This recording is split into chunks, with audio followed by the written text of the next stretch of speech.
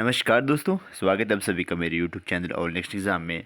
तो दोस्तों हम कर रहे हैं मेटल्स एंड नॉन मेटल्स के लिए कुछ इंपॉर्टेंट जो हैं हमारे फैक्ट रहेंगे यहाँ पे। तो हम कुछ यहाँ पे थोड़ा सा स्किप हो गया था, स्किप क्या हो गया था, थोड़ा सा छूट गया था। तो ये मुझे लगा कि इंपॉर्टेंट है तो मुझे करवाना चाहिए, तो इसलिए मैं आपके सामने ये लेके आया हूँ। तो हम देखेंगे पहले यूजेस ऑफ हाइड्रोजन। हम देखे रहे थे, हमने पहले पढ़ा था हमारे नॉन मेटल्स के, हमने यूजेस वगैरह पढ़े थे कुछ नॉन मेटल्स के। अब जो है कुछ इंपॉर्टेंट बच रहे थे, तो वो हम आज की वीडियो में करेंगे। और हम साथ ही में आज हमारे जो मेटल्स रहते हैं उनके भी कुछ जो इंपॉर्टेंट कंपाउंड्स बनाते हैं उनके बारे में भी करेंगे। ओके, तो स्टार्ट करते हैं हाइड्रोजन। जो hydrogen gas is highly inflammable, क्योंकि आपको पता है कि हाइड्रोजन गैस काफ़ी तीव्र ज्वलनशील है। So it is used as a fuel in spacecraft and rocket. जितने हमारे स्पेसक्राफ्ट हैं तो और रॉकेट हैं, तो उनमें जो फ्यूल यूज़ होता है वो हमारा कौन सा होता है, हमारा हाइड्रोजन होता है। तो ये आपको याद रखना है। तो ये वाला क्वेश्चन तो बहुत ही ज़्यादा इंपॉर्टेंट है। यहाँ पे आपको पता होना चाहिए कि एक होती है मेथड होता है हार्बर प्रोसेस। तो हार्बर प्रोसेस के थ्रू हम क्या बनाते हैं, अमोनिया बनाते हैं। यहाँ से क्वेश्चन याद रखें, इंपॉर्टेंट है बहुत ज़्यादा ये। जो हार्बर प्रोसेस के थ्रू हम बनाते हैं अमोनिया। ओके, तो अमोनिया बनाते हैं उनमें, उसमें जो हमारा इसमें हाइड्रोजन यूज़ होता है। तो ये याद रखें कि इसमें हाइड्रोजन हम यूज़ करते हैं। तो ये कई बार क्वेश्चन डायरेक्टली पूछ लिया जाता है कि हार्बर प्रोसेस में कौन सा जो क्या क्या यूज़ होता है। ओके, तो आपको इसमें याद रखना है कि in Haber method of manufacturing fertilizer hydrogen is used for the synthesis of ammonia. Okay, एक कॉन्टैक्ट प्रोसेस होती है, जब वो उसके बारे में पढ़ेंगे तो आपको, जिसको पता होगा वो कमेंट बॉक्स में बताएं कि कॉन्टैक्ट प्रोसेस में कौन सा हमारे कैटलिस्ट वगैरह यूज़ होते हैं। नेक्स्ट हमारा हाइड्रोजन का यूज़ है ये भी। वनस्पति घी, डालडा वगैरह आपने खाया होगा, तो इसमें क्या रहता है आपका, it is use as a catalyst in manufacture of vegetable ghee from the vegetable oils by the process of hydrogenation. ये सबसे ज़्यादा इंपॉर्टेंट आएगा यहाँ पे कि जो हमारी हाइड्रोजीनेशन की प्रोसेस है, जिसमें हम हमारे वेजिटेबल ऑयल को किस में कन्वर्ट करते हैं, हमारा वनस्पति घी में, यानी कि वेजिटेबल घी में। तो इसमें जो हमारा कैटलिस्ट यूज़ होगा वो होगा आपका क्या, हाइड्रोजन। ओके, वैसे कैटलिस्ट में निकल भी कैटलिस्ट यूज़ होता है। देखिए यहाँ पे मेनली इसमें आपको आएगी कि हाइड्रोजनेशन की प्रोसेस के थ्रू। तो हाइड्रोजन ये आपका है अनसैचुरेटेड फैट, उसको सैचुरेटेड फैट में हम कन्वर्ट करने का काम कौन करता है, ये करता है आपका हाइड्रोजन। निकल एज ए कैटलिस्ट यूज़ होता है। अच्छा, मुझे एक कमेंट बॉक्स में ये भी बताएं कि हमारी बॉडी के लिए अनसैचुरेटेड फैट ज़्यादा हानिकारक होता है या फिर सैचुरेटेड फैट। चलिए नेक्स्ट देखेंगे हम, कार्बन। कार्बन बहुत इंपॉर्टेंट है। इसका आपको पता है कि एटॉमिक नंबर 6 और इसमें 12 इसका क्या रहता है आपका, मास नंबर 12, 13, 14 में मास नंबर रहते हैं। वो उसके क्या है, आइसोटोप्स हैं।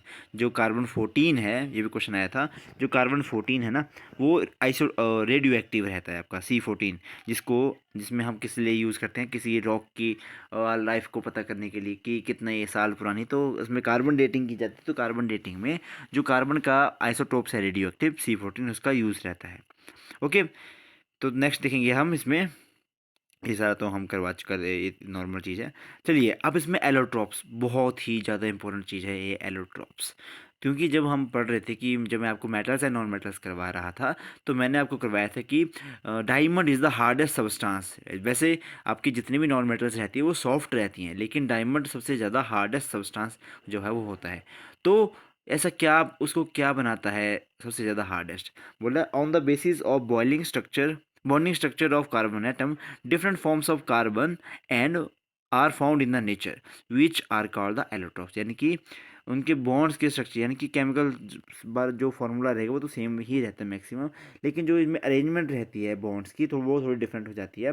और उसी डिफरेंट अरेंजमेंट की वजह से हमारे पास नए नए क्या रहते हैं, नए नए कार्बन के नए नए एलोट्रॉप्स सामने आते हैं। तो सबसे पहला आएगा इसमें डायमंड। डायमंड हीरा, तो आपको पता है कि बहुत, कोहिनूर का हीरा तो अपने सभी ने सुना होगा। तो सबसे ज़्यादा hardest substance, it in the diamond structure all the electrons are tightly bound which are not free to move. That is why it is poor conductor of electricity but good conductor of heat। Okay, ये भी आपको याद रखना है। वे हमारा पूर conductor रहता है इलेक्ट्रिसिटी का, लेकिन ये क्या रहता है, सबसे ज़्यादा हार्डेस्ट सब्सटेंस है ये, क्योंकि इसमें काफ़ी ज़्यादा कॉम्पैक्टली। और आपको पता है कि हीरा कहाँ मिलता है, आपको हीरा मिलता है आपको जो कोयले की खानें होती है ना, उन्हीं में आपको हीरा जो है वो मिलेगा। क्योंकि इसमें काफ़ी ज़्यादा इस पे जो प्रेशर पड़ा होगा जिसकी वजह से ये इसके बॉन्ड जो काफ़ी ज़्यादा क्लोज आगे होंगे, तो उसकी वजह से डायमंड जैसा स्ट्रक्चर सामने आता है। नेक्स्ट है ग्रेफाइट। तो पेंसिल देखिए, लेड पेंसिल हमारी जो इसके बीच में होती है ना, जो लेड, हम उसको लेड पढ़ते हैं लेकिन वो ग्रेफाइट होती है। ओके, और ग्रेफाइट क्या रहती है, good conductor of heat and electricity यहाँ पे रहती है, ये भी आपको पता होना चाहिए। इसमें होते हैं देखिए एक फ्लैट लेयर और दूसरी फ्लैट लेयर। चलिए नेक्स्ट देखेंगे हम। नेक्स्ट है ग्रेफाइट के यूज़ कहाँ रहते हैं।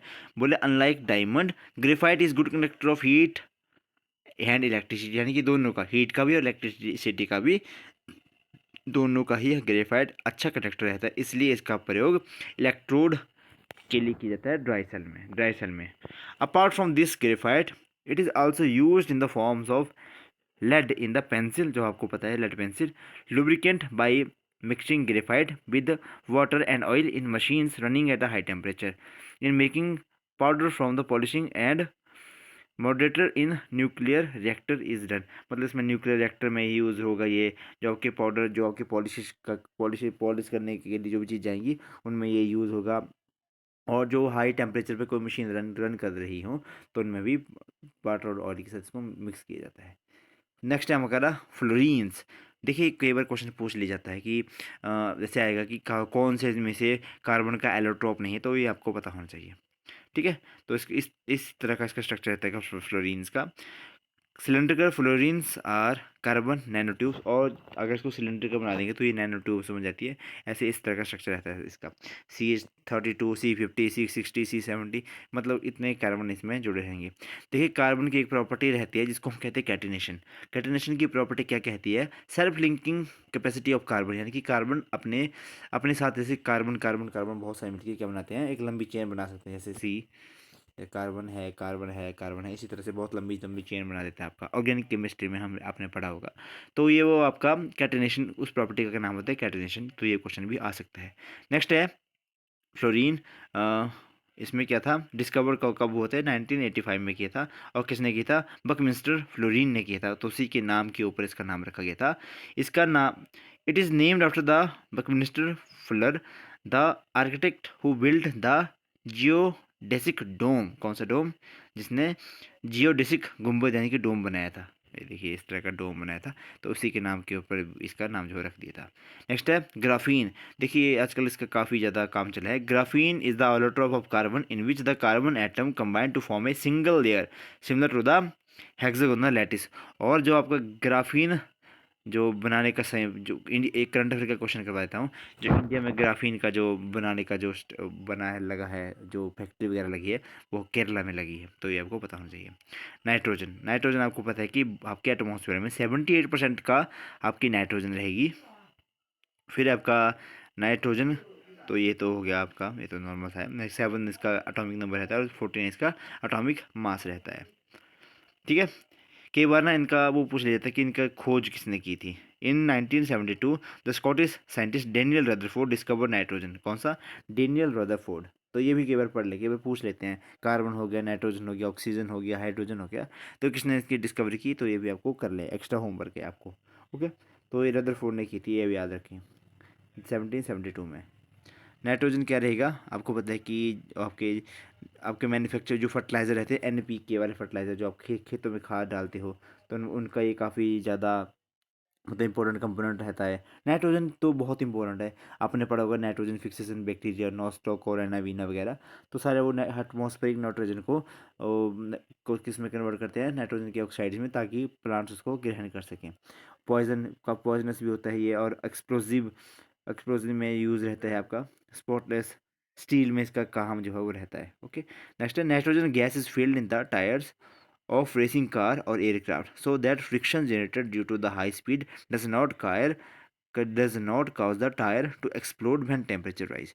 तो इनको किस में भरा जाता है, आपकी एयरक्राफ्ट के टायरों में, या फिर आपकी साइकिलों के, जो आपकी हाई स्पीड रेसिंग कार्स होती हैं उनके टायरों में, ताकि वो गर्म होने के बाद मतलब एक्सपैंड होकर फट ना जाए। ओके, ये क्या रहती है, कलरलेस रहती है, लेकिन इसमें पंजेंट ऑर्डर स्मेल रहती है। ये भी आप ध्यान से रखिए। देखिए ये आगे कलरलेस, तो एक क्वेश्चन मैंने ऐसा भी देखा था कि इसमें पूछा था कि कौन सी, मतलब कुछ कोई गैस का नाम दिया था, आप बताइए कि इसका कलर कौन सा है। जैसा कि मैंने फिर आपको पिछले वीडियो में करवाया था, जिसमें आपको नियॉन वगैरह का जितने आपकी नोबल गैसेज है उनके कलर बताए थे, तो उन्हीं के कलरों के ऊपर भी कई बार क्वेश्चन पूछ लिया जाता है, तो भी आपको पता होना चाहिए। नेक्स्ट है, it is produce by the Haber method by combining nitrogen and hydrogen, जो कि हमने पढ़ा था ना अमोनिया वगैरह, तो उसमें हार्बर प्रोसेस के थ्रू इसको बनाया जाता है। तो अमोनी के बारे में ही हम पढ़ रहे हैं, तो ये अमोनी के बारे में कि कलरलेस है और पंजेंट गैस है। और it is the composition of tetrahedral pyramidal shape, तो इसका आप ये भी याद रख सकते हैं कि इसकी शेप कौन सी है, टेट्राहेड्रल और पिरामिडल इसकी शेप रहती है जिसकी अमोनिया की।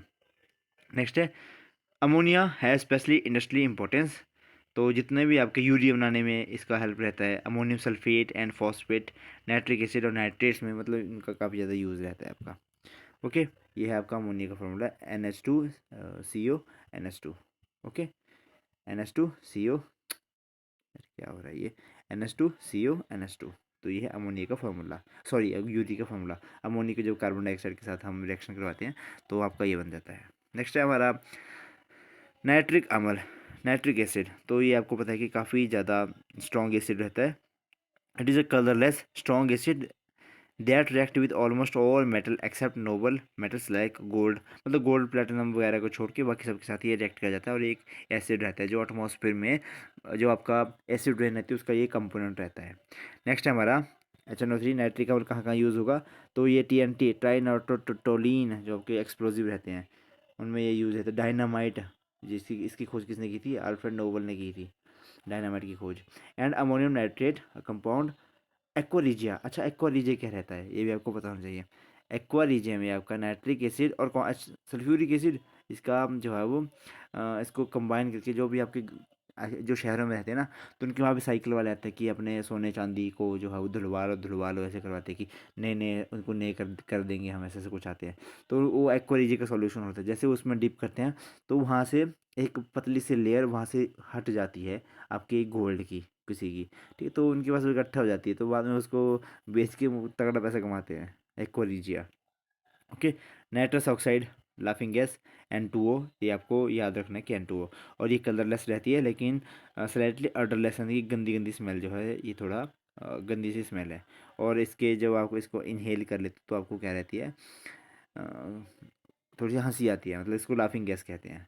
फास्फोरस के बारे में हम पढ़ चुके थे, तो अब हम करेंगे, तो अब हम रुक करेंगे एक मेटल्स की ओर, क्योंकि मेटल्स के कुछ कंपाउंड जो रह गए थे। केमिकल प्रॉपर्टीज ऑफ मेटल मैंने आपको करवा दी थी, तो देखिए ये हम करेंगे कुछ मेटल के बारे में, जैसे हमने एक नॉन मेटल्स के बारे में जाना वैसे मेटल्स के बारे में जानेंगे।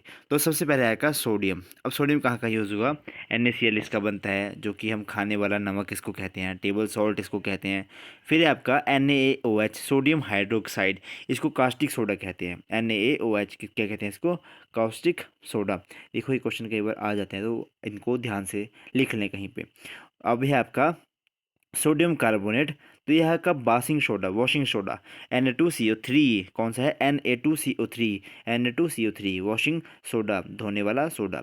फिर आपका बेकिंग सोडा, बेकिंग सोडे का क्या फॉर्मूला रहता है, सोडियम बाइकार्बोनेट, यानी कि NaHCO3, ये क्या था, Na2CO3 वो धोने वाला सोडा, और NaHCO3 सोडियम बाइकार्बोनेट रहेगा आपका बेकिंग सोडा। नेक्स्ट है आपका सोडियम थायोसल्फेट, Na2S2O3 5H2O, तो ये कहाँ यूज़ होगा, ये होगा आपका फोटोग्राफी में। फोटोग्राफी जो आपके कैमरे रहते हैं उनमें ये यूज़ रहता है। नेक्स्ट है आपका एल्यूमिनियम की बात करेंगे, एल्यूमिनियम क्लोराइड, तो AlCl3, ये पेंट का कंपोनेंट रहता है। AlCl3 पेंट का कंपोनेंट रहेगा, ये आपको पता रखना है। नेक्स्ट है एल्यूमिनियम सल्फेट, तो ये कपड़ों को रंग कलर करने में ये यूज़ रहता है। लेकिन सबसे इम्पोर्टेंट है आपका ये potassium aluminium sulphate, K2SO4 Al2SO4 ट्राइस 24H2O, ये रहते हैं आपकी फिटकरी। पोटाश अलम इसको कहते हैं, क्या कहते हैं इसको, पोटाश अलम। देखिए ये क्वेश्चन आ जाता है पोटाश अलम का, तो इसमें कई बार ये पूछ लिया जाता है कि पोटाश अलम में मतलब किसके मेन कंपोनेंट क्या रहेगा, तो ये एल्यूमिनियम रहेगा। फॉर्मूला याद हो सके तो कर लियो। नेक्स्ट है हमारा कैल्शियम, सॉरी कैल्शियम, तो कैल्शियम रहेगा आपका, आपको पता है कि बोन्स का काफ़ी इंपॉर्टेंट कंपोनेंट रहता है आपका कैल्शियम। साइड में कर देते हैं सनों की, हाँ, तो कैल्शियम, तो पहले आ गया calcium oxide CaO, calcium oxide CaO, जिसको हम कहते हैं बुझा हुआ चूना या फिर क्विक लाइम। बुझा हुआ चूना किसको कहते हैं, क्विक लाइम कौन से कहते हैं, तो ये आपको पता होना चाहिए। यहाँ से क्वेश्चन आपको डायरेक्टली पूछ लिए जाते हैं। ओके, फिर है कैल्शियम कार्बोनेट, जो कि मार्बल, मार्बल आपका संगमरमर, संगमरमर की ये मीनारें, कुछ भी बस सुना होगा आपने, तो यही यही है वो संगमरमर। मकराना मार्बल सबसे फाइनेस्ट मार्बल, जिस जो मकराना मार्बल है सबसे फाइनेस्ट, राजस्थान में पाया जाता है। और उसी मार्बल की के साथ क्या बना है आपका, ताजमहल बना है, मकराना मार्बल। नेक्स्ट है ब्लीचिंग पाउडर, CaOCl2, ठीक है, ब्लीचिंग पाउडर, जैसे आपको ब्लीचिंग पाउडर पानी वगैरह में डालते हैं इसको। फिर नेक्स्ट है आपका CaSO4 2H2O, ये बहुत इंपॉर्टेंट है, इसको कहते हैं हम जिप्सम, CaSO4 2H2O। और यहाँ पे अगर हाफ H2O होता तो ये होता प्लास्टर ऑफ पेरिस, लेकिन इसमें 2H2O हो तो ये है क्या है, जिप्सम। और ये कहाँ यूज़ होगा, सीमेंट वगैरह की फैक्ट्री में ये यूज़ रहता है। प्लास्टर ऑफ पेरिस ये जो आगे नीचे है CaSO4, ये तो मैंने देखा ही नहीं था। प्लास्टर ऑफ पेरिस, तो उसका नाम क्या है, कैल्शियम सल्फेट हेमीहाइड्रेट, क्या है, कैल्शियम सल्फेट हेमीहाइड्रेट। देखो मैं साथ साथ में इसको दोहरा रहा हूँ ताकि थोड़ा सा आपके दिमाग में छप जाए। नेक्स्ट है आपका मैग्नीशियम, मैग्नीशियम है आपका, तो पहला है मैग्नीशियम सल्फेट MgSO4, जहाँ पे आपकी त्वचा जो है जल जुल जाती है तो वहाँ पे ये यूज़ रहता है। फिर है आपका मैग्नीशियम क्लोराइड MgCl2, तो ये कहाँ क्या है, ये पेस्ट कंट्रोल में यूज़ होगा क्या ये, हाँ शायद इस तरह से होगा, पेस्ट कंट्रोल में। नेक्स्ट आपका मिल्क ऑफ मैग्नीशिया, तो ये रहेगा आपका MgOH2, ये कई बार पूछ लिया जाता है, MgOH2, मिल्क ऑफ मैग्नीशिया। और ये आपको जैसे एसिडिटी होती है ना, तो ये वाला मिल्क ऑफ मैग्नीशिया आपको पिलाते हैं। नेक्स्ट कॉपर, तो कॉपर रहेगा सबसे पहले कॉपर सल्फेट, ये कीटाणु मारने की दवा में ये यूज़ रहता है आपका। कवकनाशी यानी कि आपका फंगस को मारने में यूज़ रहता है CuSO4, कैल्शियम सल्फेट। नेक्स्ट है क्यूपराइट, क्यूप्रिक नाइट्रेट, तो ये आ गया आपका चीनी मिट्टी के जो बर्तन बनते हैं ना आपके, जैसे कांच बोलते हैं जी, कच्चू दे गिलास है, तो वही है ये जो आपका प्लेटें व्लेटें आती है ना, ये जो टूट जाती है नीचे गिरने से, तो उन्हीं में ये यूज़ रहता है कॉपर नाइट्रेट। नेक्स्ट है आपका मैंगनीज, पोटाशियम परमैंगनेट लाल दवा, KMnO4, बहुत इंपॉर्टेंट है ये, KMnO4 बहुत बार पूछा जाता है ये क्वेश्चन। नेक्स्ट है हमारा आयरन, तो आयरन ऑक्साइड, फेरिक ऑक्साइड लिखा, ये आयरन ऑक्साइड आ गया। फिर नेक्स्ट है फेरस सल्फेट, तो ये कृषि कुषि में यूज़ रहता है आपका, जो भी आपका किसमें, एग्रीकल्चर में यूज़ होता है कंपोनेंट। नेक्स्ट है हमारा मरकुरी, तो मरकुरी सल्फाइड सिंदूर बनाने में यूज़ रहता है, HGS, सिंदूर बनाने में मेर्क्यूरिक सल्फाइड, मेर्क्यूरिक क्लोराइड, तो ये कहाँ होगा, डिसइंफेक्टेंट, तो ये यूज होता है आपका डिसइंफेक्टेंट में। ओके, नेक्स्ट है हमारा सिल्वर, सिल्वर नाइट्रेट, AgNO3, तो ये AgNO3 काफ़ी ज़्यादा इंपॉर्टेंट है। और ये AgNO3 कहाँ यूज़ होगा, जैसे आप बोर्ड डालने जाते हो ना, तो बोर्ड डालने जाते हो, आपको एक दवाई, आपको एक निशान लगा जाता है आपकी फिंगर के ऊपर, तो वो सिल्वर नाइट्रेट होता है। ये क्वेश्चन इंपॉर्टेंट है, इसको नोट रखें। सिल्वर हैलाइड फोटोग्राफी में यूज़ होगा ये, ठीक है। और कितने हैं अभी, 2-3 स्लाइड है। फिर नेक्स्ट है हमारा कॉमन एलॉयज़, अब कुछ अलॉय भी हैं जो कि काफ़ी ज़्यादा यूज़ रहेंगे। देखिए ब्रोंज़, और ब्रोंज़ किससे बना होता है, कॉपर और टिन से बना होता है। कहाँ, और इसका यूज़ क्या रहेगा, मूर्तियाँ बनाने में, सिक्के बनाने में इसका यूज़ रहता है। फिर है आपका ब्रास यानी कि पीतल, तो पीतल किससे बना होता है, कॉपर और जिंक से बना होता है। किससे, कॉपर और जिंक से बना होता है, तो कहाँ यूज़ होगा, घंटियाँ बनाने में, बर्तन बनाने में, मूर्तियाँ बनाने में काफ़ी ज़्यादा यूज़ रहता है। नेक्स्ट है गन मेटल, तो गन मेटल में 3 चीज़ आ गई, देखिए कॉपर आ गया, टिन आ गया और जिंक, तो ये तीन, अगर ये तीनों मिल जाएंगे आपस में तो ये बन जाएगी मूर्तियाँ, गियर्स बनाने में और आपका बटन बनाने में ये यूज़ रहती हैं।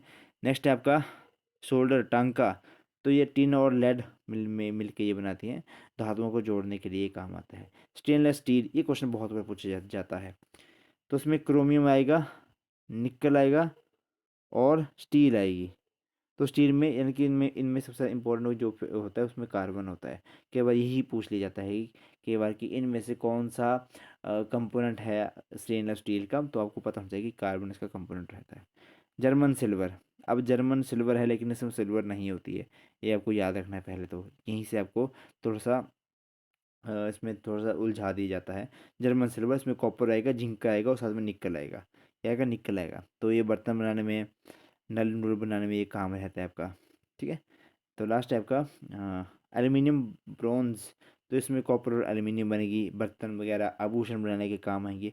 नाइक्रोम, नाइक्रोम की वायर आती है ना, कि हीटरो में, तो वो किससे बनी होती है? निकल से बनी होती है, क्रोमियम और आयरन से। निकल, क्रोमियम और आयरन, तीन चीज़ों से वो मिलके बनी होती हैं, तो ये भी आपको पता होना चाहिए। ओके, तो आई थिंक यहाँ पे आपकी वीडियो जो है समाप्त होगी। तो आज के लिए इतना ही काफ़ी है। मैंने अपनी तरफ से बहुत इसमें थोड़ा सा डिटेल डालने की कोशिश की कि थोड़ा सा इसमें डिटेल डाल सकूं, तो इतनी ही इसमें डिटेल काफ़ी है अभी तक आपके लिए। तो बाकी देख लेंगे बाद में, कुछ और बचेगा इसमें से तो करवा देंगे, कुछ क्वेश्चन आंसर के फॉर्म्स में भी अभी तक हम करेंगे। तो इसी के साथ हम वीडियो को यहीं समाप्त करते हैं। तो समाप्त करने से पहले जो वीडियो को आए हैं तो भाई वो पहले लाइक कर दें, और जो चैनल पे फर्स्ट टाइम है वो चैनल को सब्सक्राइब जो है ज़रूर करें। और भी कुछ किसी की क्वेरी हो तो कमेंट बॉक्स में डाल दें। और अगर किसी के पास सोर्स हो, मतलब ऐसा अच्छे कंटेंट हो, कुछ भी हो, नोट्स वगैरह हो, और वो शेयर करना चाहता हो, तो वो कर सकता है मेरा टेलीग्राम चैनल पे, जो जिसका नाम है ऑल नेक्स्ट एग्ज़ाम। ओके, तो वहाँ पे मुझे मैसेज करके वहाँ पे सेंड कर सकते हैं, ताकि होता है कई बार कि जिनका एक बार क्लियर होता है लेकिन ऐसे दे रहे होते हैं, लेकिन उनके पास नोट्स बड़े पीडीएफ्स वगैरह काफ़ी सही सही होती हैं, तो हो किसी के पास तो मुझे शेयर ज़रूर करें। ओके, इसी के साथ करते हैं वीडियो को समाप्त यहाँ पे। तब तक के लिए धन्यवाद। जय हिंद, जय हिमाचल।